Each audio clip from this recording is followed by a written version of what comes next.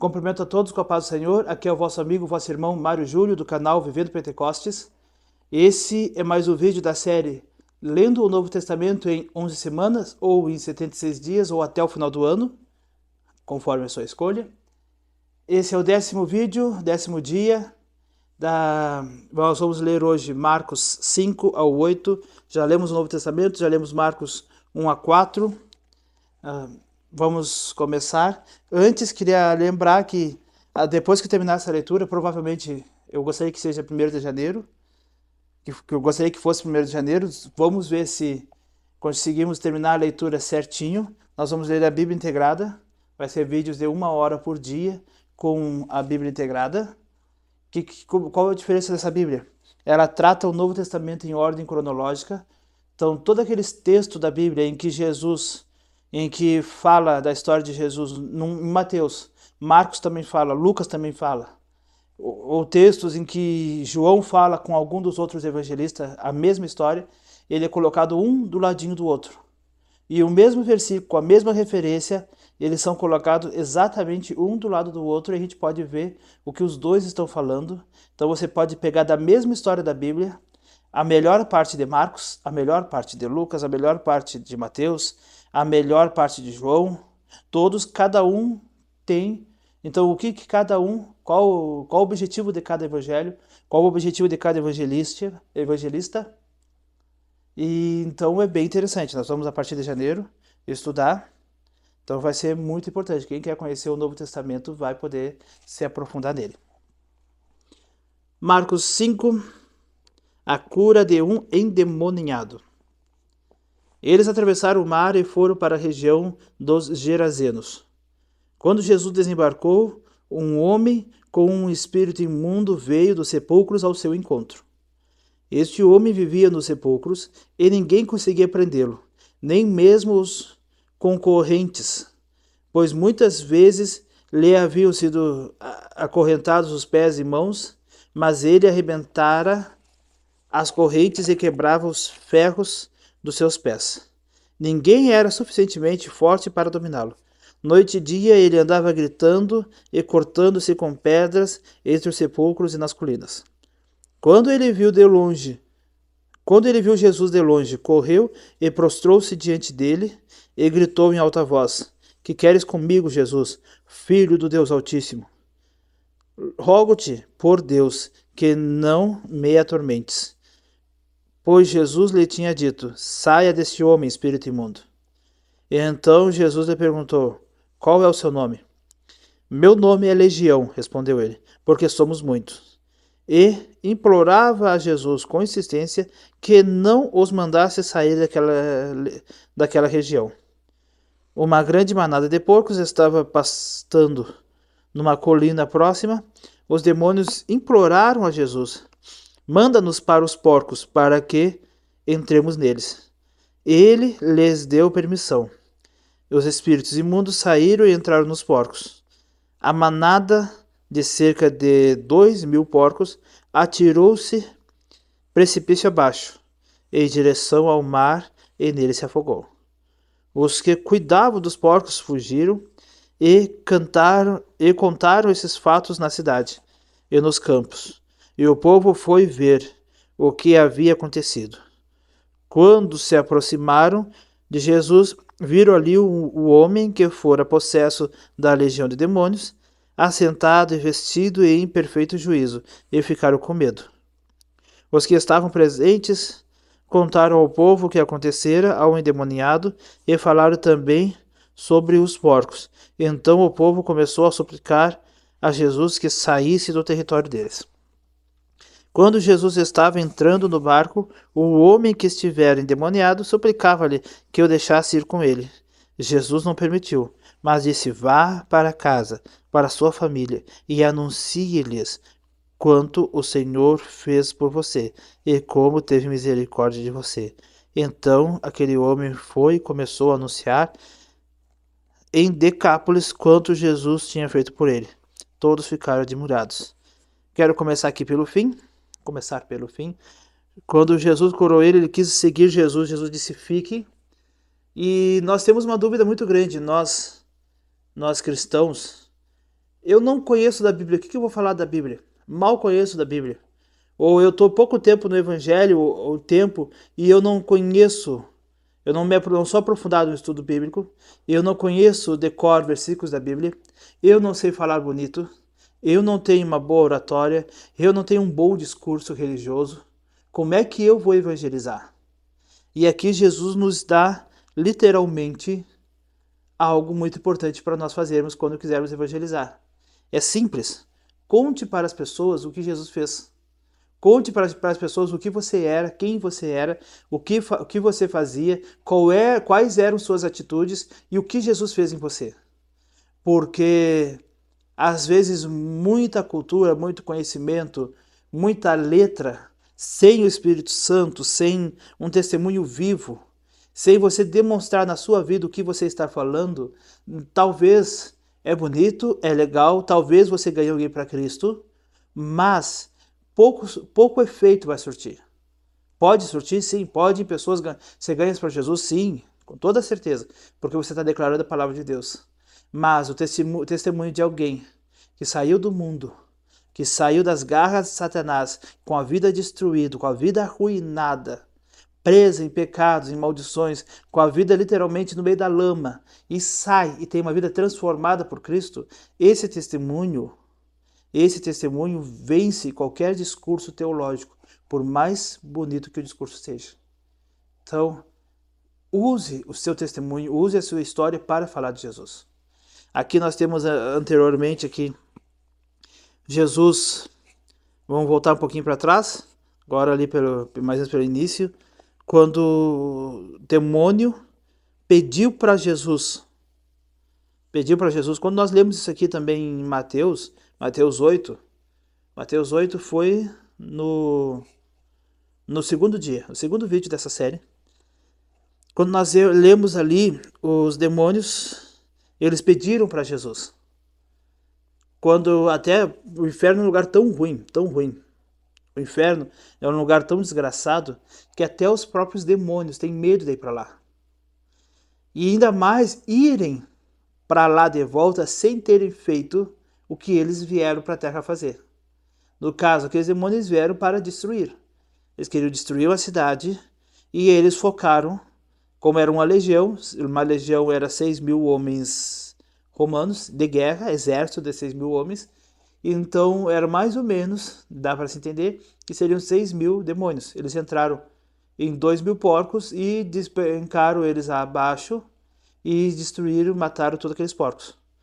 Aí por que eles imploraram? A Bíblia diz que eles imploraram para Jesus. Porque se eles fossem lançados para o inferno, se eles fossem expulsos por Jesus, eles não iam ficar vagando por aí, eles iam ser lançados para o inferno. E serem lançados para o inferno sem terem cumprido qual era o objetivo deles, maior seria o castigo. Então, eles destruindo algo, eles podiam ir embora. Eles estavam desobrigados do que trancava eles aqui e iam embora. E nesse caso, Jesus permitiu. Jesus entrou em consenso com eles, permitiu que eles entrassem, destruíram, mataram os porcos e foram embora. E o homem ficou liberto. Aqui é o testemunho que o homem ficou liberto. Eu também queria comentar sobre a cidade. Sobre a cidade ter recusado Jesus pelo prejuízo dos porcos. Nós temos na palavra de Deus que o princípio de todos os males é o amor ao dinheiro. A principal causa que faz com que as pessoas se afastem de Deus é dinheiro. Um cristão, quando ele está passando uma situação difícil, a primeira coisa que ele faz financeiramente é se afastar de Deus.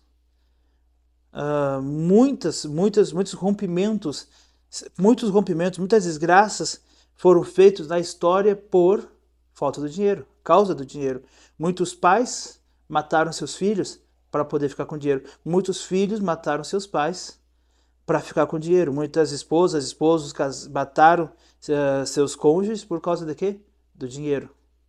Muitas pessoas morreram, muitas pessoas se tornaram assassinas por amor ao dinheiro, pensando, se eu me livrar daquela pessoa, eu posso ficar com dinheiro.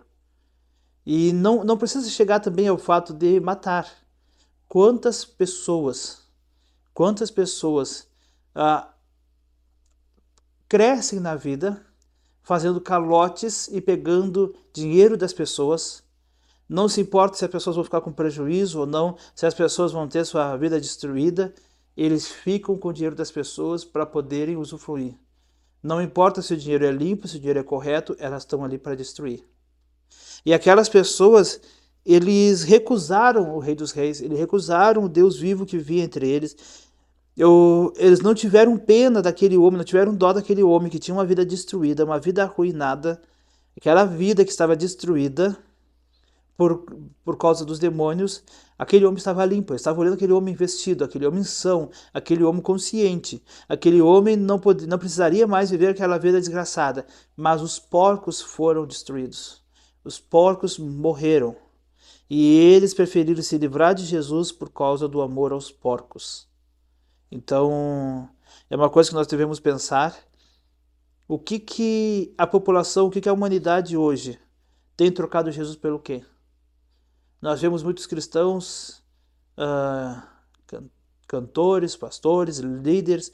Pode não ser líder. Quantas pessoas estão abandonando o evangelho por uma facilidade financeira? Quantas pessoas têm largado Jesus por tantas coisas? E o evangelho, ele é para aqueles que negam-se a si mesmo, negam suas paixões, negam seus desejos para viver Cristo. Gálatas 2:20, logo já não sou mais eu que vive, mas Cristo vive em mim. Se Cristo vive em mim, a ganância, o objetivo de destruir as pessoas, de pisar as pessoas, para eu conquistar as coisas, já não deve mais viver dentro de nós. Esse sentimento deve ser expulso de dentro do nosso coração. E aqui aquelas pessoas, eles preferiram não ter prejuízo com mais nenhum outro animal, com outra manada de porcos, ou com qualquer mais alguma coisa, porque eles já perderam 3.000 porcos. Imagina se eles começarem a ter mais prejuízo. Fizeram 10 cidades. É hoje como se fosse uma capital de um estado brasileiro. Então eram muitas cidades, e quando as cidades se unem para formar-se um aglomerado de cidades, elas crescem entre si. Elas crescem porque elas viram um comércio fechado entre elas, crescem porque as pessoas começam a comercializar entre elas. A distância, a fronteira entre uma cidade e outra começa a diminuir, porque começam a construir vilas e casas entre uma cidade e outra até elas se aproximarem. E aí imagina Jesus dando prejuízo a esse monte de gente. Mas Jesus, ele pode até ser expulso. Jesus pode até virar as costas e ir embora. Mas tenha certeza, aonde Jesus pisa o seu pé, ele pode ser expulso. Mas uma semente fica. Uma semente fica. E como nós vimos no vídeo anterior, nós temos que ter fé como um grão de mostarda. Como é que essa fé é que nem um grão de mostarda? Guarde isso no seu coração. Essa fé que nem um grão de mostarda, eu tenho certeza que se eu pegar um grão de mostarda, colocar ele debaixo da terra, eu tenho que ter certeza que aquele grão de mostarda vai romper sua casca, vai crescer raiz para baixo, de uma forma tremenda, para baixo e para os lados. Essa raiz vai se aprofundar e esse talo vai crescer um talo, vai criar galhos, vai crescer folhas, ele vai crescer. Então você pode pegar algo minúsculo, algo pequenininho, e eu tenho fé que esse pequenininho, como eu dei um exemplo, eu vou comprar um produto, 10, aí mas esse produto um dia vai se transformar em um grande comércio. Como? Vou pegar 10, eu vou vender 10 e vou comprar 15, vender 15 e vou comprar 20. Um dia eu vou ter um grande comércio com esse produto, é só um exemplo. Eu tenho fé de alguma coisa bem pequenininha, eu tenho fé que qualquer coisa que eu esteja fazendo pequenininho vai se transformar em algo grande. E eu sei que aquilo vai acontecer. E a fé também não é somente cruzar os braços, ficar esperando ou dizer, por que Deus não me deu? É você fazer com que aquilo aconteça. Se você tem fé que um grão de mostarda pode se transformar em uma árvore grande, você tem que estar ali por perto para não deixar que nenhum animal pise. Você tem que estar regando, você tem que estar cuidando. Quando brotar e vier o primeiro galho e o galho crescer, você colocar uma varinha para ele crescer correto, você cuidar. Quando o vento vier, a chuva, você vai ali e cuida, não deixa. Quando ele crescer de forma, você esteve ali acompanhando. E a fé também tem a ver com isso, ok? Então aqui, o que Jesus fez? Deixou uma semente ali. Aquela semente foi aquele homem. Ninguém dava atenção e crédito para aquele homem. Aquele homem tinha sido largado pela cidade, pela sua família. Ele tinha família, ele tinha pais, ele tinha mãe, ele tinha então, provavelmente irmãos. Se ele já era mais velho, ele foi endemoniado. Quando ele já tinha mulheres, provavelmente podia ter também mulher e filhos. Ele tinha uma família, mas família ele tinha. Até a família o abandonou e mandou ele para o cemitério. Ele tinha sido largado por todos para viver no meio dos mortos, no meio dos esqueletos, no meio dos ossos, aonde as pessoas lançavam seus mortos, ali estava ele. Essa semente que ninguém dava bola, Jesus teve fé nele. É isso que eu quero dizer com fé. E você aprenda. Ah, mas o grão de mostarda não tem significado nenhum. Tem sim. Jesus usou ele como um grão de mostarda. E ele ficou lá para testemunhar para quem? Para a sua família. Ele chegou, evangelizou a sua família, evangelizou seus vizinhos, evangelizou seus amigos, pessoas que viram ele crescer desde pequenininho e viram o quanto ele estava mal, sabia que aquilo não era um teatro, sabia quantas vezes ele tinha se machucado. Ali diz que já tinham atado ele em corrente. Garanto que toda a cidade viu o fiasco, viu o que o inimigo fazia na vida dele, quantas vezes a família dele se envergonhou com ele pelas coisas que ele fazia, abandonaram ele no meio dos ossos, aonde ele jogava os seus mortos, e ali ele estava. E aí Jesus foi lá, curou ele, transformou a vida dele, pegou ele como se fosse um grão de mostarda, que não serve nem para botar no chão, de tão pequenininho, não serve para nada. Mas aí Jesus foi lá, plantou ele na cidade, e ele foi e começou a ganhar as almas para Jesus. Aqui depois não vai tratar do resto que acontece com a história desse homem, mas Jesus disse, então aquele homem se foi e começou a anunciar em Decápolis o quanto Jesus tinha feito por ele. Todos ficaram admirados. As pessoas testemunharam a cura e a transformação que Deus fez na vida dele. E ele pôde ser uma bênção para aquela cidade. Alguém que era maldição naquela cidade transformou-se uma bênção. Imagina você na sua cidade, na sua vizinhança, pega o homem, pega a mulher de pior caráter, a pessoa que faz mais mal na sua vizinhança, e pega essa pessoa e transforma ele numa bênção, num pregador do evangelho, uma pessoa que confessa Jesus Cristo como Senhor e Salvador. É aquele chato que vinha e acabava com tudo, gritava, brigava com todo mundo. Agora ele é chato, mas chato de uma forma diferente, aquele que não para de pregar o evangelho para todo mundo, quer que todos se convertam. Imagina se 4 ou 5 na sua cidade, ou tantos que sejam, os piores da sua cidade se convertam e se transformem em alguém que são agentes da graça de Deus, agentes do poder de Deus para a vida das outras pessoas. Então Jesus plantou e ele deu frutos, ok? Então, se eu pegar agora acabei de falar com minha esposa, se nós pegarmos um grão de mostarda na mão e eu ficar com ele na minha mão, nada vai acontecer com ele, ele vai ficar a mesma coisa. E se eu guardar ele, eu vou ter aquele grão de mostarda, a minha fé é que nem um grão de mostarda, ok? Aí você guarda aquele grão de mostarda, a minha fé é que nem um grão de mostarda. Mas se eu não plantar como o semeador plantou em solo bom, se o solo é duro, se o solo tem pedras ou espinhos, transforma, modifica, melhora. O Senhor pode arrancar as pedras, os espinhos e pode virar a terra e amaciar o coração duro. Mas a semente colocando dentro daquela terra, ele vai crescer. E vai crescer. E limpa os pastos da volta, limpa a sujeira, deixa a terra molhadinha, úmida e cuidada. Vai crescer. É isso que você tem que fazer. Ah, mas eu tenho fé. A minha fé, eu tenho uma baita fé. Eu creio em Jesus, eu creio em Deus, eu oro. Mas você já aplicou a sua fé. Você já pegou a semente que Deus te deu e plantou na terra. Você já plantou a semente que Deus te deu no coração de uma pessoa. Você já fez... já orou para uma pessoa, já jejuou para que Deus convertesse uma pessoa, já orou a Deus, ou já testemunhou para as pessoas, ou já pegou aquilo que você tem e aplicou de uma forma que ele vai crescer?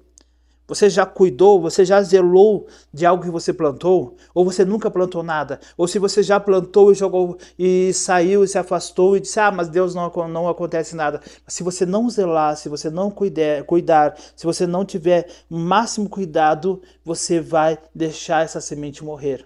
A semente do grão de mostarda não é para ele ficar guardado. Um grão de mostarda na gaveta é um grão de mostarda e não serve para nada, somente para ficar de enfeite ou para você demonstrar que a sua fé é que nem um grão de mostarda. Mas se você plantar ele, ele vai crescer. Então plante as sementes que Deus tem lhe dado. Eu não sei o que pode isso significar para você, eu não sei o que o Espírito Santo quer falar ao seu coração, mas se você recebeu uma interpretação, um entendimento de alguma coisa que você tem que fazer, faça. Plante essa semente e você vai ver o fruto na sua vida, em nome de Jesus. Vamos seguir? Cada vez que a gente termina, que alguma mensagem, alguma coisa que Deus coloca no coração, eu digo assim, se isso aqui fosse um vídeo normal, eu já encerrava por aqui, porque a mensagem foi dada. Mas como o objetivo são 4 capítulos, nós vamos seguir. Tem mais coisas que Deus quer falar conosco. Tendo Jesus voltado de barco para a outra margem, uma grande multidão se reuniu ao seu redor, enquanto ele estava à beira do mar. Então chegou ali um dos dirigentes da sinagoga chamado Jairo, misturei as sílabas, o CH e o J, chamado Jairo. Vendo Jesus, prostrou-se aos seus pés e lhe implorou insistentemente: a minha filhinha está morrendo. Vem, por favor, e impõe as mãos sobre ela, para que seja curada e que viva. Jesus foi com ele. Uma grande multidão o seguia e o comprimia. E estava ali certa mulher que havia 12 anos vinha sofrendo de hemorragia. Ela padecera muito sob o cuidado de vários médicos e gastara tudo o que tinha. Mas, em vez de melhorar, piorava. Quando ouviu falar de Jesus, chegou por trás dele, no meio da multidão, e tocou em seu manto, porque pensava, se eu tão somente tocar em seu manto, ficarei curada. Aqui nós temos um homem com uma filha de 12 anos que estava doente. E Jesus prontamente foi lá para curá-la. Aqui nós temos uma mulher que vinha sofrendo há 12 anos. Então, uma menina de 12 anos sofrendo, e uma mulher que já tinha mais idade, mas vinha há 12 anos sofrendo. Então, nós vemos aqui um exemplo da humanidade que sofre durante uma vida toda. Um homem, uma mulher que por alguma coisa veio um período de 12 anos, tem a ver com o sofrimento, com a dor, ou 12 anos que está em sofrimento, e está em sofrimento agora, ou há 12 anos sofre. Só um segundinho.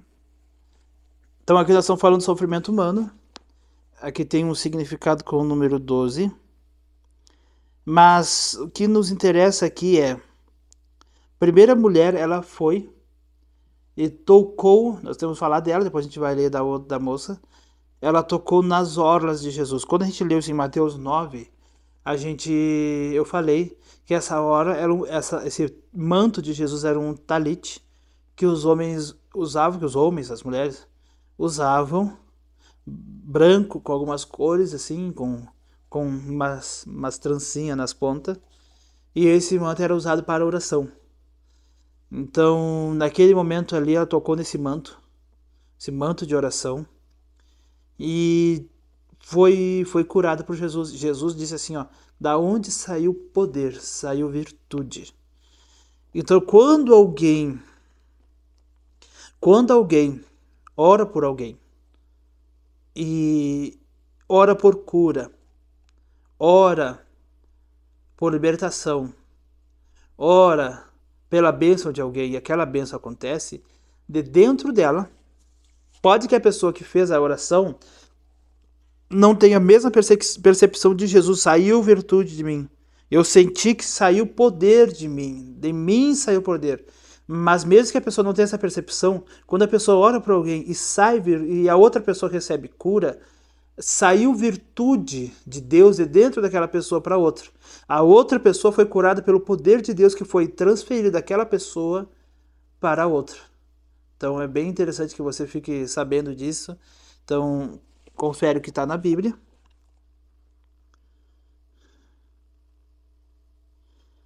Versículo 27, quando ouviu falar de Jesus, chegou por trás dele no meio da multidão e tocou em seu manto.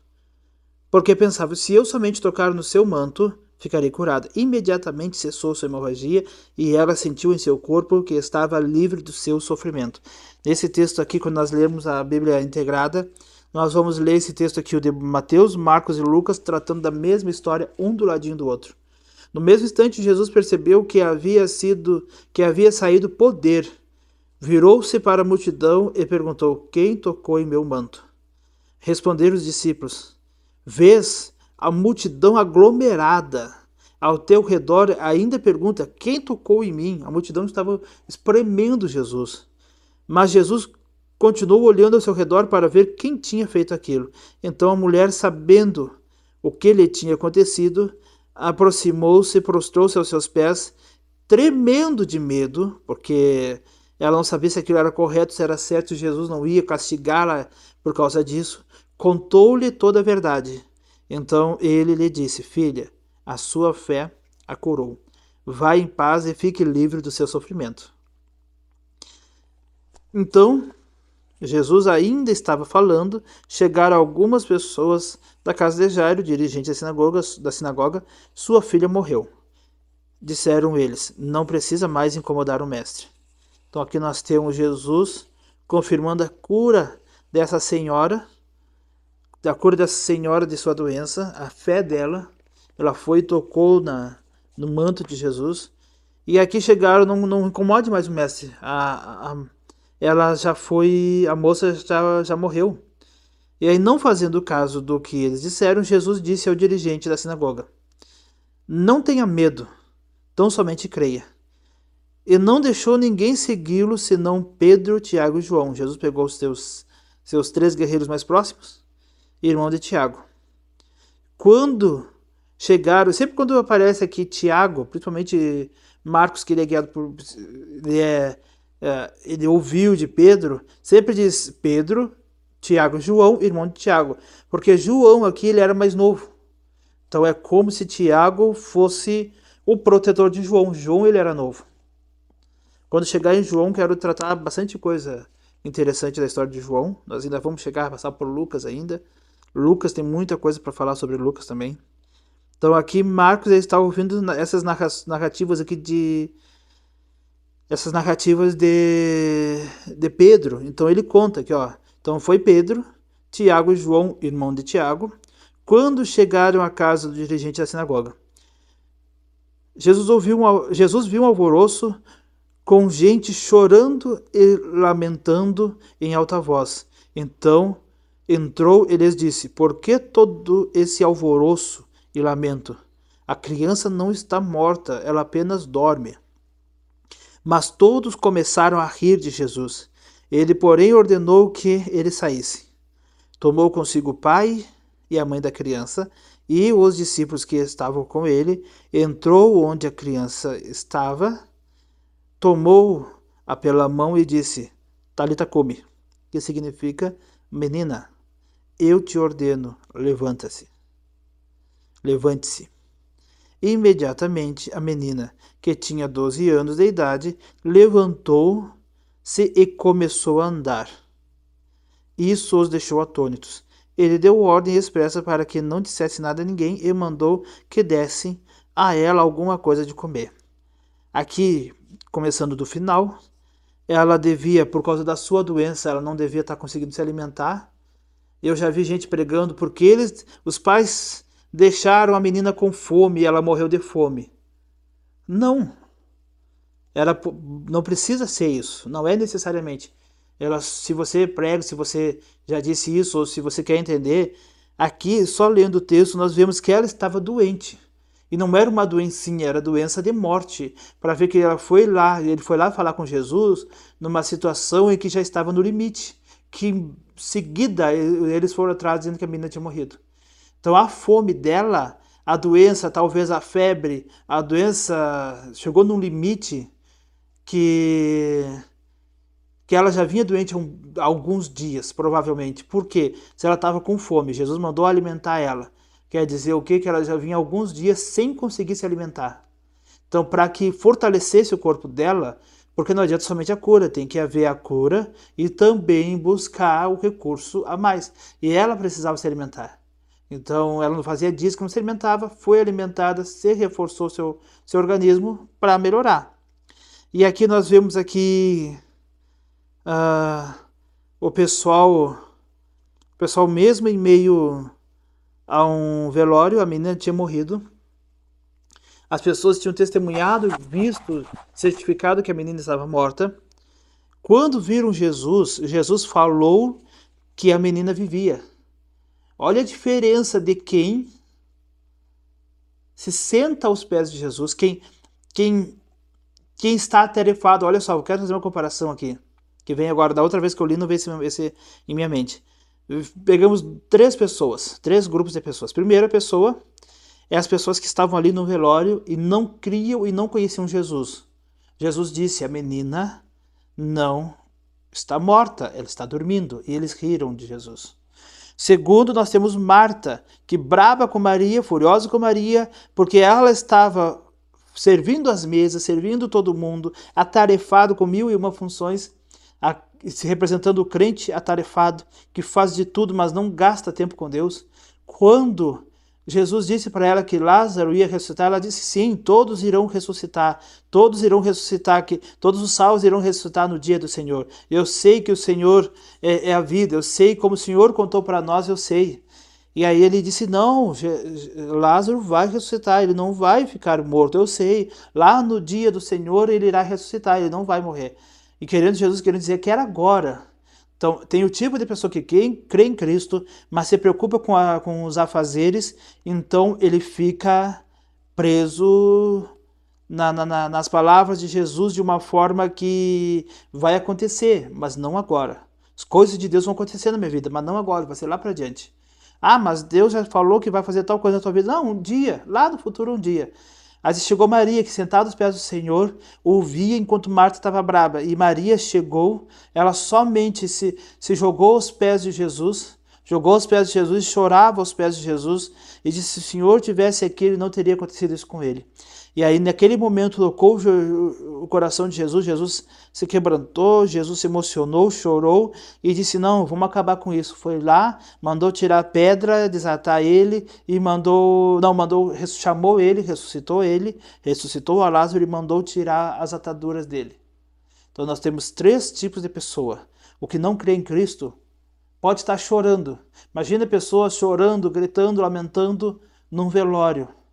Quando vem uma palavra de Cristo, uma palavra de fé, agora tem que ser uma palavra de fé de cristão, dizendo que vai acontecer tal coisa, e a pessoa está lá sofrendo, ela vai debochar, ela vai ter aquele momento como se fosse um alívio cômico para ela dar risada e se distrair.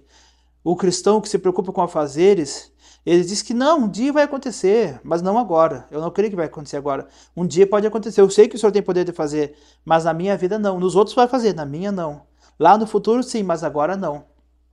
Mas aquele que se senta, se debruça aos pés de Jesus para ouvir as palavras de Jesus, aquele que inclina o seu coração para entender e conhecer o coração de Jesus, a mensagem de Jesus, ele não precisa dizer muita coisa, ele dobra, ele se atira com prantos e com choro aos pés de Jesus, e Jesus faz um milagre na hora. Então tem diferença. Qual desses 3 você quer ser? Qual desses 3 você está sendo? E qual que você quer ser daqui para frente? Então tome uma atitude, tome uma decisão, gaste tempo com o que é mais importante. Então escolha agora o que é mais importante e gaste tempo com isso. Vamos seguir aqui? Nós já lemos aqui as 2 curas. Vamos lá. Um profeta sem honra. Jesus saiu dali e foi para a sua cidade, acompanhado dos seus discípulos. Quando chegou o sábado, começou a ensinar na sinagoga. Olha o que Jesus fez. Jesus saiu dali e foi para a sua cidade, acompanhado dos seus discípulos. Então, Jesus estava lá quietinho.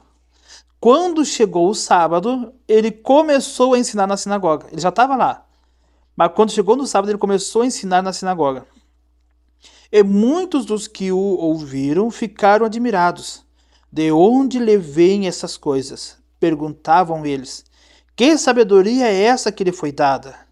E esses milagres que ele faz? Não é este o carpinteiro, o filho de Maria, irmão de Tiago, José, Judas, Simão? Esse Tiago aqui é da epístola de Tiago.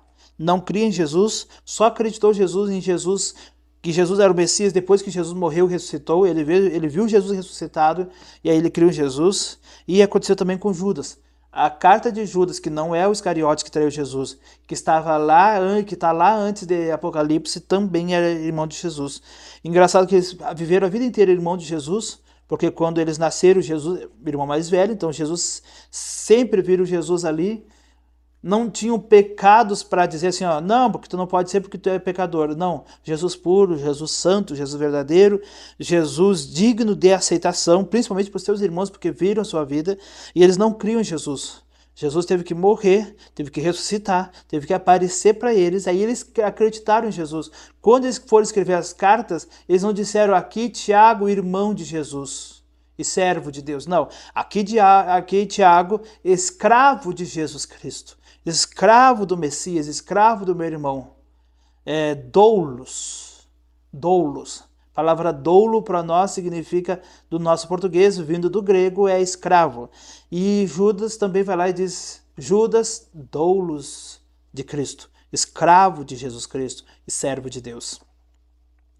Então aqui eles não acreditaram em Jesus, não estão aqui conosco as suas irmãs, e ficavam escandalizados por causa dele. Jesus lhes disse, só em sua própria terra, entre seus parentes e em sua própria casa, é que um profeta não tem honra. E não pôde fazer ali nenhum milagre, exceto impor as mãos sobre alguns doentes e curá-los. E ficou admirado com a incredulidade deles. Eu disse em Mateus, quando nós estávamos em Mateus 13, que as pessoas mais próximas a você pode não crer na obra de Deus em sua vida. Pode não crer que você foi mudado, não pode não crer que você foi transformado, pode não crer que você teve uma vida totalmente modificada por Cristo, pode não crer no agir do Espírito Santo na sua vida, mas saiba que Deus vai levantar pessoas que vão acreditar, que vão dar crédito. Deus vai levantar pessoas que estão sedentos para ouvir a mensagem de Jesus e através da mensagem que vai sair dos seus lábios, elas vão acreditar. Assim como não creram em Jesus, imagina se Jesus sendo santo, puro, verdadeiro, as pessoas não acreditaram, imagina nós, os próximos não vão acreditar em nós. Mas Cristo, ele sempre tem uma alma sedenta para ouvir a mensagem que sai dos seus lábios. Sempre vai haver alguém precisando ouvir a mensagem. Como nós lemos, a Bíblia não é versículos aleatórios, soltos ou individuais, como nós lemos anteriormente. E aqui nós vemos, Deus vai levantar pessoas que estão prontas para ouvir a palavra de Deus através de você. Deus vai te dar uma palavra de bênção para essas pessoas. Sabe como é que você vai começar? Dando o seu testemunho. Que nem aquele rapaz gadareno que foi curado, Jesus disse, vai, mas ele disse, Senhor, eu quero andar com você, Senhor, eu quero ser seu discípulo, fique aqui e conte o que aconteceu na sua vida. Use o seu testemunho para falar para as pessoas o que Deus tem feito em sua vida, em nome de Jesus. Capítulo 6, versículo 6 em diante. E ficou admirado com a incredulidade deles. Então passou a percorrer os povoados ensinando, chamando os 12 para junto de si. Enviou-os de dois em dois e deu-lhes autoridade sobre os espíritos imundos. Essas foram as suas instruções. Não leve nada pelo caminho, a não ser um bordão. Não levem pão, não levem saco de viagem, nem dinheiro em seus cintos. Calcem sandálias, mas não levem túnica extra. Sempre que entrarem numa casa, fiquem ali até partirem. E se algum povoado não os receber nem os ouvir, sacudam a poeira dos seus pés, quando saírem de lá, como testemunho contra eles. Eles saíram e pregaram ao povo que se arrependesse. Expulsavam muitos demônios e ungiam muitos doentes com óleo e os curavam. João Batista é decapitado. O rei Herodes ouviu falar essas coisas, pois o nome de Jesus havia se tornado bem conhecido. Algumas pessoas estavam dizendo: João Batista ressuscitou dos mortos. Por isso estão operando nele poderes milagrosos. Outros diziam: ele é Elias. E ainda outros afirmavam: ele é um profeta, como um dos antigos profetas. Mas quando Herodes ouviu essas coisas, disse: João, o homem a quem decapitei, ressuscitou dos mortos? Pois o próprio Herodes tinha dado ordens para que prendessem João, o amarrassem e o colocassem na prisão por causa de Herodias, mulher de Felipe, seu irmão, com a qual se casara. Porquanto João dizia a Herodes: não te é permitido viver com a mulher do teu irmão. Assim, Herodias odiava e queria matá-lo. Mas não podia fazê-lo, porque Herodes temia João e o protegia, sabendo que ele era homem justo e santo. E quando o ouvia, ficava perplexo. Mesmo assim, gostava de ouvi-lo. Finalmente, Herodias teve uma ocasião oportuna. No seu aniversário, Herodes ofereceu um banquete aos seus líderes mais importantes, aos comandantes militares e às principais personalidades da Galileia. Quando a filha de Herodias entrou e dançou, agradou Herodes e aos convidados. O rei disse à jovem: peça-me qualquer coisa que você quiser e eu lhe darei. E prometeu-lhe sob juramento: seja o que for que me pedir, eu lhe darei, até a metade do meu reino. Ela saiu e disse à sua mãe: o que pedirei? A cabeça de João Batista, respondeu ela. Imediatamente a jovem apressou-se em apresentar-se ao rei com o pedido: desejo que me des agora mesmo a cabeça de João Batista em um prato. O rei ficou aflito, mas por causa de seu juramento e dos convidados, não quis negar o pedido da jovem. Enviou, pois, imediatamente um carrasco com ordens para trazer a cabeça de João. O homem foi, decapitou João na prisão e trouxe sua cabeça num prato. Ele a entregou à jovem e esta deu à sua mãe. Tendo ouvido isso, os discípulos de João vieram, levaram seu corpo e o colocaram num túmulo. Que é o mesmo texto, literalmente, que está escrito em Mateus 14, 1 a 12. João Batista, até eu disse da outra vez. Tô com um fonezinho do ouvido aqui. Deixa eu tirar. Não estou ouvindo nada, não estou usando ele. Aqui João Batista. Da outra vez eu falei, eu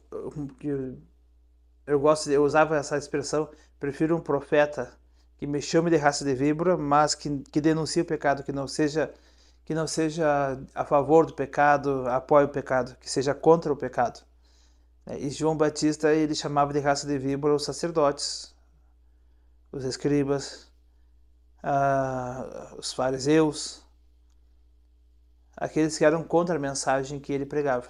Quem o povo que vinha, na Bíblia não diz que ele chamava todos eles, como eu já vi alguém pregar. E aí João Batista, ele denunciou o pecado de Herodes. Sofreu as consequências? Sim. Os profetas do Antigo Testamento, nós admiramos eles. Nós admiramos os profetas do Antigo Testamento. Nós lemos eles e vemos as profecias deles. Nós vemos Cristo neles, nas profecias. Nós vemos a mensagem. Só que os profetas do Antigo Testamento, eles foram muito castigados, porque enquanto os profetas do inimigo abriu a boca para profetizar palavras boas, bênçãos, alegrias, né, palavras agradáveis aos ouvidos dos homens, os profetas de Deus mesmo, os verdadeiros, eles profetizavam que Deus ia castigar os homens pelas suas maldades, Então, ser profeta de bênção é fácil. Mas um profeta bíblico, aquele verdadeiro que vai conforme a Bíblia, ele profetiza bênção? Sim. Ele profetiza alegria? Sim. Ele profetiza fartura? Sim. Só que é o mesmo ouvido do profeta que ouve a revelação de coisas boas, e tem que estar atento também os ouvidos ao Espírito Santo para o momento de repreender.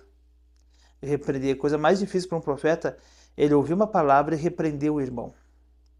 Ouvir uma palavra para corrigir o irmão, para exortar. Porque quando você profetiza carro, dinheiro, quando você profetiza saúde, quando você profetiza alegria, quando você profetiza que só coisas boas virão, você recebe a recompensa. Um aplauso, a alegria, um abraço. Você recebe a admiração das pessoas. Só que quando você abre a boca para denunciar o pecado, profeta, quando você abre a boca para exortar as pessoas, quando você abre a boca para corrigir os seus irmãos, para corrigir aqueles que estão agindo de forma que não agrada ao Senhor, se prepare. Se prepare, porque a pegada não vai ser boa para o seu lado. Se prepare para fechar agendas, para encerrar as agendas. Se prepare para as pessoas olhar com o olho torto para o seu lado. Se prepare para quando você chegar num lugar, a pessoa disparar e pensar assim, antes que o profeta fale alguma coisa mal sobre mim, antes que o profeta receba de Deus o que eu estou fazendo de errado e ele me denuncie perante todo mundo, eu vou fugir. Então, se prepare. Se prepare, porque ser o verdadeiro profeta que agrada a Deus, que serve a Deus e faz a vontade de Deus, se prepare para você não ser tão admirado quanto você acha que você seria, se você só falasse bênçãos. Só que o problema é que você não é o profeta dos homens. O profeta dos homens fala o que o homem quer. O profeta de Deus fala o que Deus precisa que os homens ouçam. Então, se você é um profeta de Deus, fale o que Jesus mandou falar. Tenha coragem de João Batista.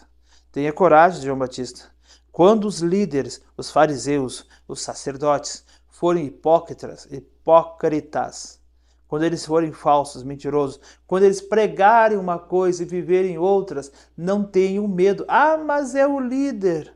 Não, mas é aquele lá, eu não posso, aquele tá, eu vejo que tem coisa errada, mas eu não posso porque ele é o líder, depois ele vai me fechar, ele vai me botar no banco, ou ele vai começar a fechar as portas para mim. Digo, olha,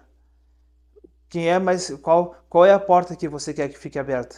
A porta da agenda ou a porta daquela porta que Jesus vai dizer, entre no descanso eterno?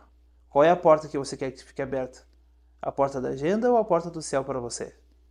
Preste atenção, se você recebeu um chamado de profeta, se você gosta de pegar a oportunidade, o microfone, apontar o dedo nas pessoas e profetizar, e o Espírito Santo lhe revelar o engano, lhe revelar o erro das pessoas, e ele quer que você fale, ele quer que você corrija, ele quer que você exorte, abra a sua boca para fazê-lo.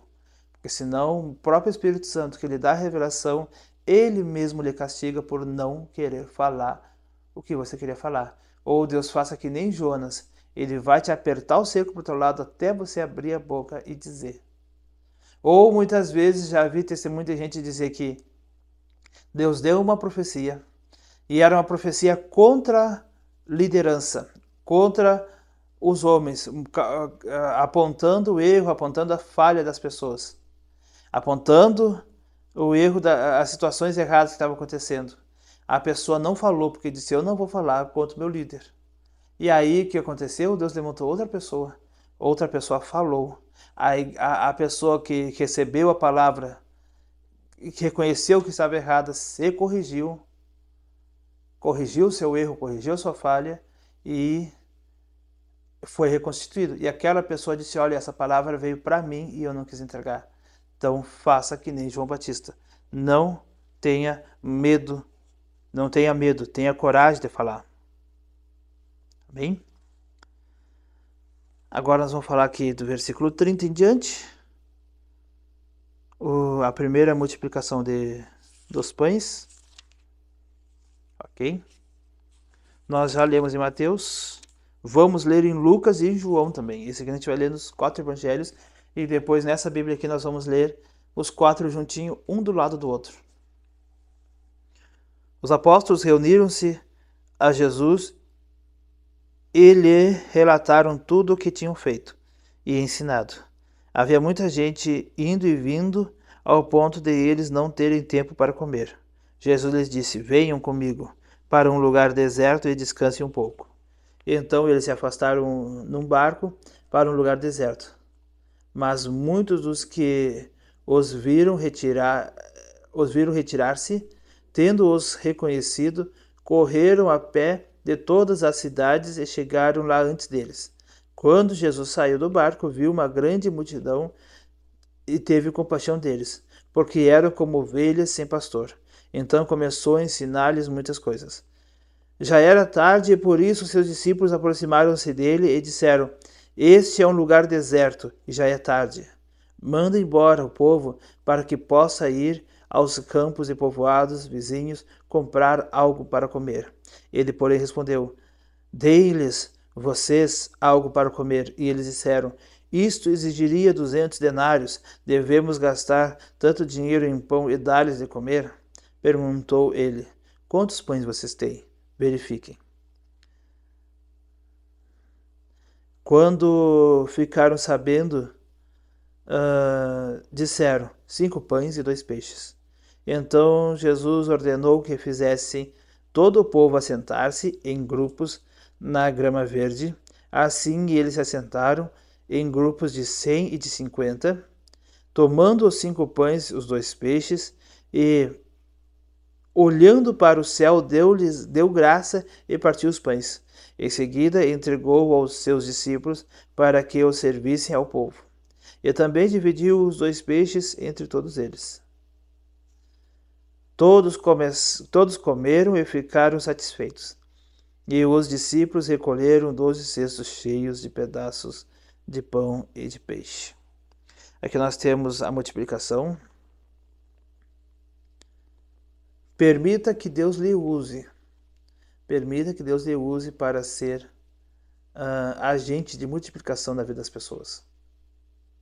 Aquilo que Deus lhe deu, mas é tão pouco, como disse aqui, 5 pães e 2 peixinhos, é tão pouco.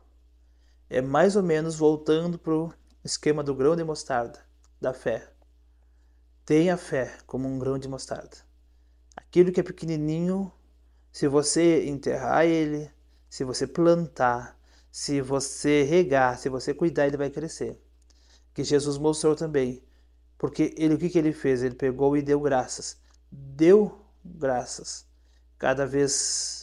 Isso aqui eu já falei em Mateus, mas tem coisas, quem assistir tudo vai ver eu trazer de novo algumas coisas, e quem não viu nos outros vídeos vai acompanhar nesse. Eu procuro buscar em Deus nos estudos bíblicos, mas tem coisas que a gente escuta em pregações, e a gente guarda. E eu assisti muitas pregações do Marco Feliciano, pastor Marco Feliciano, e uma delas é que quando Jesus pegou os pães para multiplicar, diz que ele levantou o pão, pegou o pão e tendo dado graças. Quando Jesus, ele ensinou que quando Jesus partiu o pão, em vez de ter meio pão desse lado, meio pão desse, tinha um pão inteiro daqui, um pão inteiro de lá. Dobrou a quantidade de pão. Quando ele rasgou e afastou, tinha 2 pães. E soltou ali na cesta e dava para os homens. Ele rasgava e dava para os homens. Rasgava e dava para os homens. E os homens começavam a dividir aquele pão que tinha sido multiplicado por Jesus. Até por isso que quando os discípulos em Emaús pegaram e reconheceram Jesus quando multiplicou o pão. Quando eu era adolescente, eu ouvia as pessoas ensinarem assim, porque os judeus, quando abriam o pão, rasgava o pão para si mesmo. Aí quando Jesus rasgava o pão, ele rasgava para os outros. Eu dizia, mas não faz sentido rasgar pão para mim, rasgar o pão para ti. E se você já ouviu isso, comenta aí. E eu achava estranho isso, eu digo, mas é a explicação que me deram, faz sentido, né? Faz sentido naquele. Mas quando eles viram, no meu pensamento, Jesus rasgar o pão, e desse lado aqui tinha um pão inteiro, ele tinha um pão na mão. Quando ele rasgou o pão, quando ele cortou o pão, num lado tinha um pão inteiro, no outro lado tinha outro pão inteiro. Quando eles olharam e reconheceram que era o mestre, Jesus sumiu na frente deles. Então, nós vemos aqui Jesus operando dessa forma. E aí ele disse, dou-lhe graça, dou graça, deu graças a Deus e o pão se multiplicou. Você quer ver as coisas se multiplicarem na sua vida? Seja grato. Na gratidão as coisas se multiplicam. Porque as pessoas não conseguem ser grato com o que tem. Ah, mas o outro tem mais, o problema é do outro, a responsabilidade dele. Quanto mais ele tem, mais ele vai ser cobrado. Quanto mais o outro tem, mais ele vai ser cobrado. Você quer ser cobrado que nem ele? Dê graças pelo que você tem. Porque assim como você tem uma coisa só, deu graças, aquilo se transforma em dois. Se multiplica. Tem um ditado que eu ouvi o meu avô dizer quando eu era guri, que ele pegava o dinheiro antes de botar no bolso e dizia, esse aqui é fêmea, ó. Esse aqui é fêmea. Esse aqui, ó, guardava aquelas notas ali que ele guardava, era fêmea. Ele guardava no bolso da camisa. Esse dinheiro aqui é fêmea. E aí o dinheiro o dinheiro que era fêmea era o dinheiro que ele ia comprar. Ele vendia lenha e coisa, então o dinheiro que ele ia repor era fêmea. Porque aquele dinheiro, por que é fêmea? Porque o dinheiro ia da cria. E o dinheiro que ele gastava, que esse aqui é, deixa eu pegar esse macho aqui, ó, Ele pegava o dinheiro, aquele que ele ia comprar comida para dentro de casa, aquele que ele ia dar 5 pila para um neto, aquele dinheiro que ele ia gastar assim, entendeu? No dia a dia, eram os machos. Porque macho não dá cria, só dá cria fêmea. Então aquele dinheiro que era fêmea, entendeu? O dinheiro que ele, por quê? Aquele dinheiro que ele ia repor para trabalhar, ia dar cria. Então ele sabia que ele ia trazer, se ele gastava 10, ele ia trabalhar, ia vender, ia voltar pelo menos 20. Ele gastava 20, ia voltar 40. Então era o dinheiro que ele multiplicava. E esse era o dinheiro fêmea. E agora falando sobre isso, entendeu? A nossa fé tem que ser mais ou menos dessa forma. Ah, mas eu estou falando disso. Não, esquece essa. É só para entender assim, ó. Deus lhe deu. Dê graças a Deus. Agradeça a Deus. Agradeça a Deus por tudo. Sabe, acorde e diga, agradeço a Deus pelo céu, pelo sol. Agradeço a Deus pelo chão que eu estou pisando, pelo ar que eu tenho para respirar, pela casa que eu tenho, pela família que eu tenho, pela, pelo, pela minha esposa, pelo meu esposo, pelos meus filhos. Agradeço a Deus pelos meus pais, agradeço a Deus pela igreja que eu tenho, agradeço a Deus pelos meus irmãos, pelo serviço. Agradece a Deus. Começa a ser grato a Deus. Obrigado, Jesus, mas obrigado mesmo. Não aquela palavra assim, eu tô animado e vou agradecer por tudo. Não, mas de verdade, de todo o coração, agradeça a Deus pelo que você tem. Ah, mas porque as outras pessoas não têm? Porque tem gente que não tem. Não pense nisso. Ah, porque tem gente que não tem, eu tenho que agradecer o que eu tenho. Não. Literalmente, seja grato a Deus. Se os outros têm ou não têm, é eles com Deus. Se você puder ajudar, ajude. Mas seja literalmente grato por tudo que Deus tem te dado. Entendeu? Agradeça a Deus pelas coisas que Ele te deu. Agradeça a Deus pela saúde. Agradeça a Deus. Ah, mas eu tenho tal coisa, mas eu queria ter outra coisa. Não importa. Agradeça a Deus que você tem. Quanto mais grato você for a Deus, mais agradecido, pensa bem, agradeça a Deus, tipo, quando a pessoa recebe um presente, quando ela for grata, ela recebe mais. Por quê? A gratidão faz com que isso aconteça. Então, agradeça a Deus, tenha uma vida de gratidão. Tenho certeza que, como Jesus rasgou o pão e disse, graças te dou, e o pão se multiplicou, isso serve de lição para nós. Toda vez que você for grato a Deus, as coisas vão se multiplicar na sua vida. Ah, mas se eu for grato e não ver as coisas acontecer, será que não estão acontecendo? Será que não está acontecendo e você não está vendo? Porque a fé é o não ver, mas saber que aquilo está sendo... Porque quando você pega o grão de mostarda e planta ele, e coloca embaixo da terra, e tapa com areia e rega, você não vê. Você não está vendo ali. E no outro dia você vai e rega de novo. Você vai e rega de novo, vai coloca um pouquinho d'água de novo. Todos os dias. Vai ali e cuida. Quando ele nascer para cima, ele também está vindo para baixo, está criando raiz. E a raiz é para baixo, se aprofunda. E para os lados, se expande. Qual a diferença? Aprofundar, é quando sua raiz em Cristo está cada vez fincada mais lá no fundo do teu ser. E aprofundar e se espalhar quer dizer assim, ó, que você está aumentando o território espiritual. Eu estou crescendo espiritualmente para os lados, a raiz, e aprofundando em Cristo. Uma raiz forte, ninguém arranca. Porque você pode ver uma árvore antiga, uma árvore velha, as pessoas podem arrancar o tronco dele. Arranca o tronco, mas as raízes não vão conseguir arrancar. É diferente de uma árvore fraca, com pouca raiz, com um tronco fino, as pessoas vão lá e puxam e arranca. E a raiz sai com muita facilidade. É diferente quando a raiz é grande, a raiz é profunda, se aprofunde em Cristo.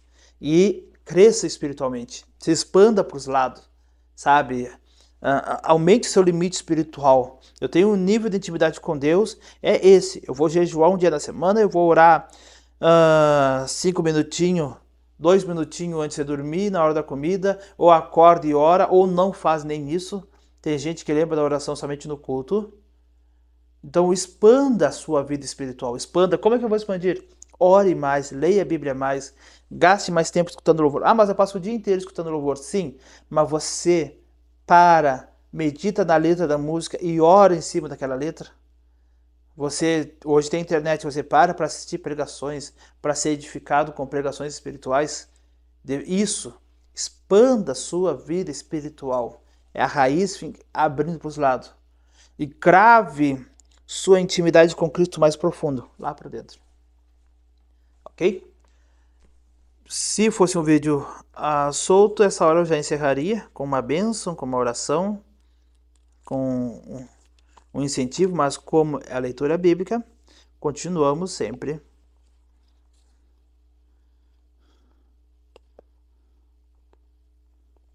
Em seguida, porque serviço ao povo, então nós já lemos aqui. Jesus anda sobre as águas. Logo em seguida, Jesus insistiu com os discípulos para que entrassem no barco e fossem adiante dele para Betsaida. Tem gente que fala Betsaida, eu acho estranho. Eu chamo de Betsaida. Betsaida se chama lugar de pesca. Cidade, casa de pesca. Bet é casa de pesca. Enquanto ele se despedia da multidão. Tendo-a despedido, subiu ao monte para orar. Ao anoitecer, o barco estava no meio do mar e Jesus se achava sozinho em terra. Ele viu os discípulos remando com dificuldade porque o vento soprava contra eles. Alta madrugada, Jesus dirigiu-se a eles andando sobre o mar. E estava já a ponto de passar por eles. Quando o viram andando sobre o mar, pensaram que fosse um fantasma. Então gritaram, pois todos tinham o visto e ficaram aterrorizados. Mas Jesus imediatamente lhes disse, coragem, sou eu, não tenham medo. Então subiu no barco para junto deles, e o vento se acalmou e eles ficaram atônitos, pois não tinham entendido o milagre dos pães. O coração deles estava endurecido. Depois de atravessarem o mar, chegaram a Genezaré e ali amarraram o barco. Logo que desembarcaram, o povo reconheceu Jesus e eles percorriam toda aquela região e levavam os doentes em macas para onde ouviam que ele estava. E onde quer que ele fosse, povoados, cidades e campos, levavam os doentes para as praças. Suplicavam-lhe que pudessem pelo menos tocar na orla do seu manto, e todos que nele tocavam eram curados. Então aqui a orla do manto de Jesus era o talit, o manto de oração. Capítulo 7. Vamos lá, temos capítulo 7 e capítulo 8 ainda. Vamos atracar. Os fariseus e alguns dos mestres da lei, vindo de Jerusalém, reuniram-se a Jesus e viram alguns dos seus discípulos comerem com as mãos impuras, isto é, por lavar, sem lavar as mãos.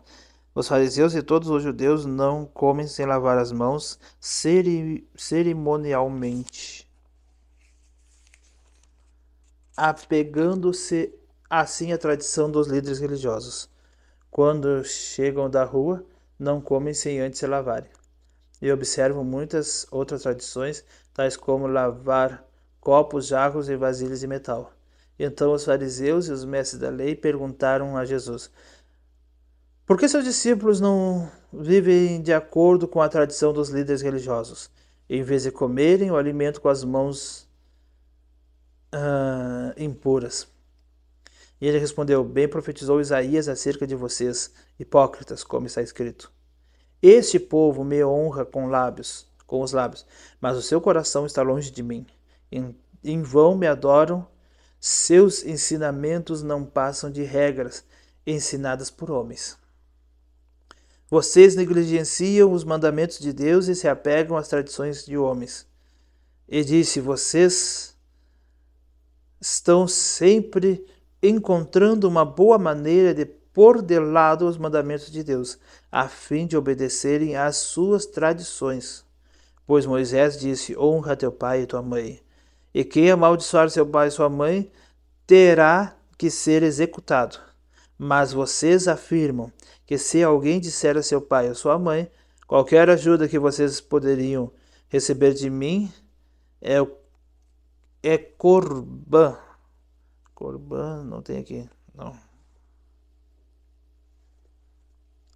Isto é, uma oferta dedicada a Deus. Vocês o desobrigam de qualquer dever para com seu pai e com sua mãe. Assim vocês anulam a palavra de Deus por meio da tradição que vocês mesmos transmitiram. E fazem muitas coisas como esta. Isso aqui que os sacerdotes falavam para os jovens. Jovens, faz assim, ó, abandona seu pai, abandona sua mãe, não obedeçam eles, desde que vocês obedeçam o sacerdote ou seus rabinos. Então, desobedeçam seus pais, desfaçam deles. Se eles pedirem alguma coisa, vocês não fazem, porque vocês estão fazendo para os sacerdotes. Então, os sacerdotes tinham vários mini escravinhos, porque aí eles faziam tudo que os sacerdotes precisavam, e os sacerdotes, esses meninos, esses moços, quando os pais precisavam de ajuda deles, eles não podiam fazer. Mas sim, mas tu é meu filho, eu sou teu pai. Sim, mas o sacerdote pediu, o rabino, o fariseu, meu mestre pediu e eu tenho que fazer. E eu não posso obedecer ao Senhor porque eu tenho que fazer para Deus. Mas eles não estavam fazendo para Deus, estavam fazendo para o homem e para aqueles homens ali, e estavam desobedecendo os pais. E os sacerdotes ainda diziam: façam isso, porque se vocês deixarem de fazer para o sacerdote fazer para os seus pais, vocês estão desobedecendo a Deus. Mas o mandamento de Deus é: obedeça a seus pais para que se prolongue os dias na sua vida.